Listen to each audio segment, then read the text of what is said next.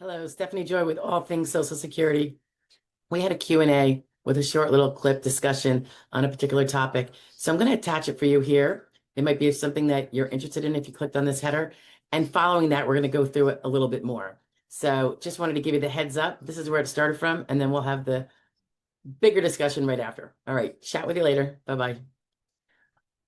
She says, I have worked as a dental assistant for 40 years. Do they see this as a transferable skill? You probably have some, not outside the dental realm. I mean, you'll have some skills, I mean, there are, if you're a dental assistant, there may be some jobs in a dentist's office that don't require the fine motor manipulation. I mean, probably not too many, but, maybe keeping records in the front desk or something like that, where you're familiar with the terminology. But like the secretarial part of the job. Yeah. My guess would be there's probably not going to be any transferable skills outside of dentistry, but there may be, it depends on the vocational witness. And really the transferable skills, when they talk about that, it doesn't exist in a vacuum. It's transferable skills into a hypothetical. So if the judge gives a hypothetical, your RFC. Yeah, your RFC, residual functional capacity. So if the judge gives a hypothetical that you're limited to occasional fine motor manipulation, handling, fingering, touching, and so forth, then there may not be any transferable skills. So my guess would be minimal. For one, the other thing is if you've done it for 40 years, you're probably over 50, probably over 55. There's a regulation called the POMS, or Program Operations Manual, that says if you're limited to sedentary work, when they do a transferable skills analysis, there has to be minimal vocational adjustment. So if that applies, you're probably, even if you have transferable skills, it would have to be so close to what you did that it doesn't really apply. So I think when all is said and done, probably not going to be a transferable skills issue. I mean, my guess. I kind of agree. And I think dental assistant is very, very specific. Hey, so if the subject matter of the video you just listened to is of interest and you want more on it, stay tuned. Here's another one about the same topic, but a little bit different. Bye now. Good morning, afternoon, or evening. Stephanie Joy with Joy Disability and All Things Social Security here on YouTube.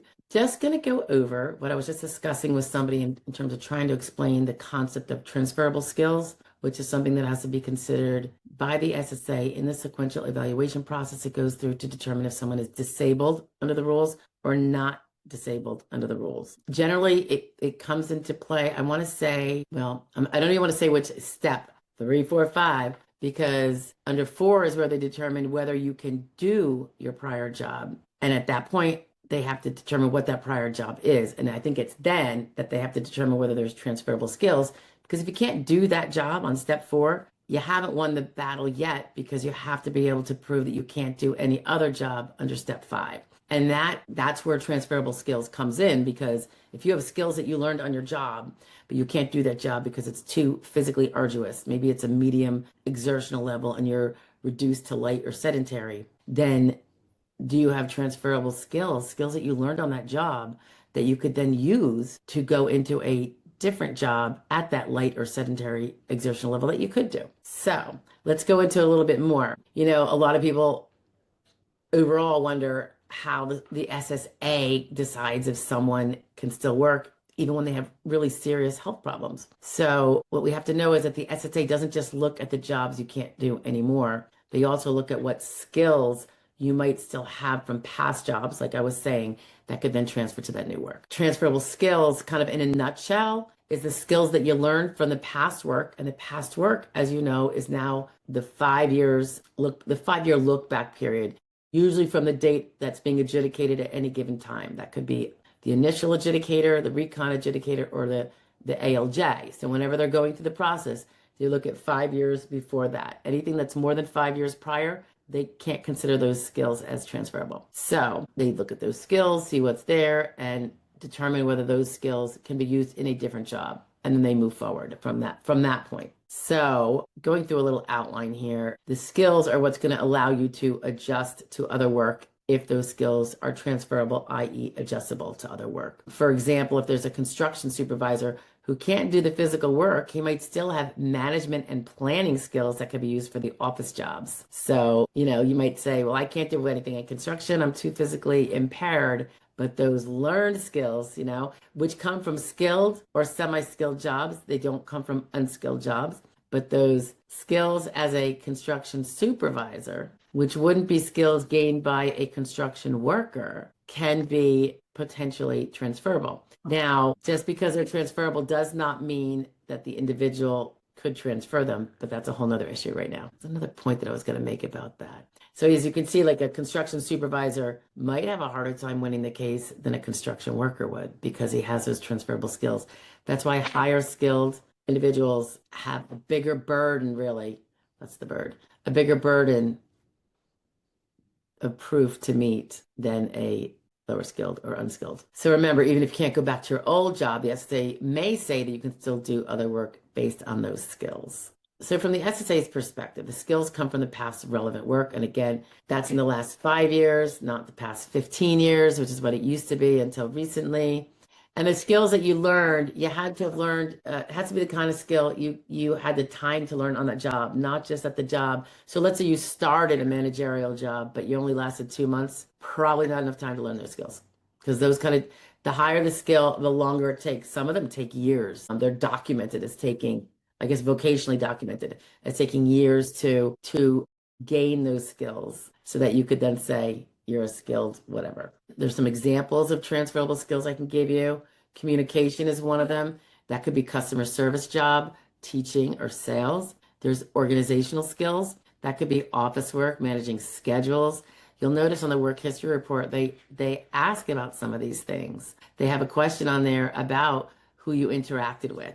I forget if that's page 1 or page 2. I think it's page 1 because each job has 2 pages now. And they might even mention about scheduling if one of your duties was managing schedules. There's also technical skills. And this would include typing, data entry, and machine operator type of things. Leadership and supervision is another skill overall, and that's more broad, right? As well as decision making and record keeping. So keep that all in mind. When you describe your job, you have to describe these things if they were so. One thing I would probably do, let's say you supervise people intermittently throughout the day by checking on them. And that was your job as supervisor. Then if you only did it 5 minutes 4 times a day, that's 20 minutes a day. Is that of enough substance, substantially enough during each day to have been a developed overall skill to be able to do that in such a broad fashion? That might be an argument I might make when I know the person, particularly if the person was like a hands-on supervisor. They were actually doing the same work as their team. It was almost like they were like a team lead.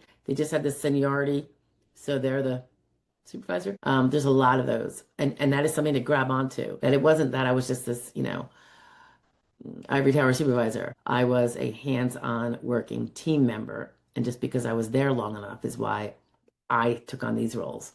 It could also be that sometimes the supervisory role gets rotated. Don't they have that with nurses? Like you got charge nurses and all that kind of stuff. So it can vary, but things to keep in mind, because if you did it full time, if you are supervising all day long as an ivory tower with your finger, that's going to be a harder thing to defeat, to say you can't supervise for a living. If you're only doing it 20 minutes a day, I'd make the argument that you really didn't gain the skill of doing it all day long. It was so intermittent and minor on the job. Necessary, but very small part of the day. And how the SSA decides if skills transfer, this gets complicated actually. They do look at the past job duties. So when you describe, this is why the work history report is so bloody important, to do it properly and express it properly and not be sloppy and quick. Ideally, you'll have someone who knows what they're doing helping you. They look at the level of skill in those jobs. And we mentioned this before, unskilled, semi-skilled, or skilled. And then, of course, your vocational information such as age, education, as well as your physical and mental limits.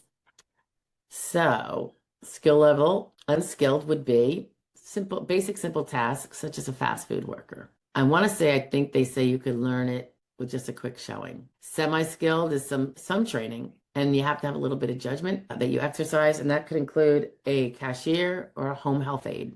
Skilled is specialized knowledge or leadership, such as a nurse, accountant, a lawyer, a doctor, and many others, of course. I would say managers that are not necessarily doing hands-on work most of the time and managing very in the background or sporadically, like that supervisor, very intermittent supervisor I was talking about. Other kinds of managers could be skilled for sure. It's important to note too that people that are over the age of 50 get greater protection because the SSA assumes that it's hard for them to adjust to new kinds of work. To put that in a maybe in a anecdotal kind of way, I look at myself, I'm in my 50s still, not for long though. And I'm a lawyer. I've been a lawyer for over 30 years, I guess. Back when I became a lawyer, I did some financial analysis before that with my undergrad, a couple of years before I went to law school. Always wanted to be a veterinarian, just didn't really want to go to that school, believe it or not. And then I went to law school anyway. And science maybe wasn't my thing. I don't know. But I always look back and go, yeah, when I think about adjusting to other work, which would involve that transferring skills also, I always say, in my 20s, had I gone to, say, med school, I probably could have done it. Working hard, of course, but I had the capacity. My brain was more of a sponge. It could learn faster, quicker. I could kind of cram things, all that kind of stuff. At this age now, it would be completely not the same thing. I probably couldn't do it at all. And if I did, it would be a long-term struggle and I need a lot of accommodations. So am I more stupid? Not really, but the ability to grasp new things, new nebulous things outside of what my brain already has, like whatever, those little pathways of knowledge, I can do the Social Security upside down. It's just very familiar, even with the ever-changing landscape. But to go to a totally different field like that, it would never, ever work for me, And I think that's true of probably most over 50s, with the exception of some really rare individuals who are quite unique and impressive. And I do think they exist, of course. But just to say, like, even the people in high skilled jobs doesn't mean they could adjust to other work. It just is the way it is. And the SSA recognizes it. And I do believe that there's a write-up for those over age 60. It's really supposed to be 55 and above, but I thought I saw something with reference to 60. I think I did something recently on it. But that's really important fact to know for all the high skilled people that are otherwise thinking they're going to lose their cases because they have these transferable skills. So let's just give an example. Let's say you were Mary, who's a nurse, been a nurse for 20 years. She has a back injury and she couldn't lift patients anymore. I have a lot of these clients. The SSA looks at her nursing background and decides that she has transferable skills in record keeping, communication, and medical documentation that could be used in less physical jobs, such as case management, telehealth reviews, that kind of that triage type of stuff, that where you're really more like asking the questions and finding out what's going on. So that person could very well be found to be able to do other jobs, even though she can't do and other skill jobs, even though she can't do her job as a nurse in the way she did it, like hands-on nursing. Now, and that could be, if you think about it, if someone's in it for 20 years and they started at 22, they're only 42. They would probably lose if you had, barring other major impairments that would impede all these other jobs too, just based on the fact that she can't physically do the nursing. Now, if she was in her 50s, let's say she was 55, 56, it could be a whole new ballgame, both because of the grid that applies to that and the policy, the SSA policy, that her ability to adjust to other work, the work has to be super, super similar, et cetera, et cetera. So she would have more of a chance if she's over 50. Let's put it that way. Note also that transferable skills, sometimes they help a claim and sometimes they hurt a claim, the whole concept. And it really depends on the situation. Every case is very fact specific, as you can imagine, not just in terms of the vocational profile, but in terms of the medical, impairment related limitations and how significant they are. So if you're a pro se and you're dealing with this and you're talking about your past jobs, be really clear about what they were and the duties that were required. Describe the daily duties in detail on the SSA forms, but also those things that were not required daily are really important if they are required for that job. There are some jobs where you don't have to do something daily, but at the end of every week, you have to do this. And if it's something that's far more arduous than you could do, or even if it's like a mental cognitive thing that you could no longer do. But generally, we're usually talking about the physical, the exertional. You're going to want to make sure that's in there too, not just the daily, but the less frequent requirements, such that if you weren't able to do that, you are not going to be able to do that job because that job entails that weekly thing you have to do. It's really important that if, one of those old jobs during that 5-year past relevant work period required heavy lifting or medium lifting, you have to really emphasize that. How much you know, depending on your age and which grid you might fall into, is what weight of lifting you need to make sure you show if it was so. So even if you fancied yourself a supervisor, but you had to do some lifting, you know, like you're an assistant manager or supervisor at a fast food restaurant, that's not going to be an unskilled job like the workers. However, you probably also had to do a lot of taking the garbage out, lifting boxes of produce, you know what I mean? And those things can weigh 35 pounds. Now you're up to medium level work. You're way above light level work. And that would be implicating for a person who's 52, 59, 60, all ages, in terms of if you can't do that kind of heavy lifting now, that would at least meet that part of the grade for you. So it's very important to never forget that even though you maybe, you know, we're proud of your title as a supervisor, it's really important to hone in on those physical things, or else you're going to put a fork in your case. Yeah. I mean, I deal with the work history report with my clients generally in detail. Nowadays, we have this more detailed work history report that we have to provide, and I think it's better than the old one. It does ask all these questions and gets to the nitty gritty. So the cases that I know, it helps because now I don't have to reiterate the whole thing in part of my memo so excessively, because now the statement and description of that job is already in there. I don't have to kind of take an extra step later on in the case to get that in front of the judge so that they can properly quantify and qualify the past relevant work you had to find that you can't do it anymore. All right. So remember, transferable skills is your ability gained from your past work that can sometimes be used in other jobs, not always, though. Like we said, sometimes those skills that are deemed transferable by their very nature are not transferable by you because of, it could be anxiety and concentration. You wouldn't be able to focus enough to even kind of grasp most of that old information you had in your head to transfer it to something else while you're doing a sit-down job. Really important. And that is why when you have anxiety or depression or anything, it's really best to start treating for it. So those records will show that you complain about perhaps the lack of focus that you have, which most people have when they suffer from anxiety and actually depression. Even if it's not something that disables you entirely from being able to do things, it could prevent you from doing that past job because it's just too much. Let's see. Yeah. So again, SSA doesn't just ask you, can you work? They want to know, can you use your past skills in a new kind of work? So understanding the transferable skills is a really, really important concept you have to get a grip on, particularly if you're self-representing. And you need to be able to tell your story about why you can't do those jobs in a coherent manner and kind of in the language that the SSA needs it. Because you want to make sure that the SSA sees the real picture of what you can and cannot do. So that is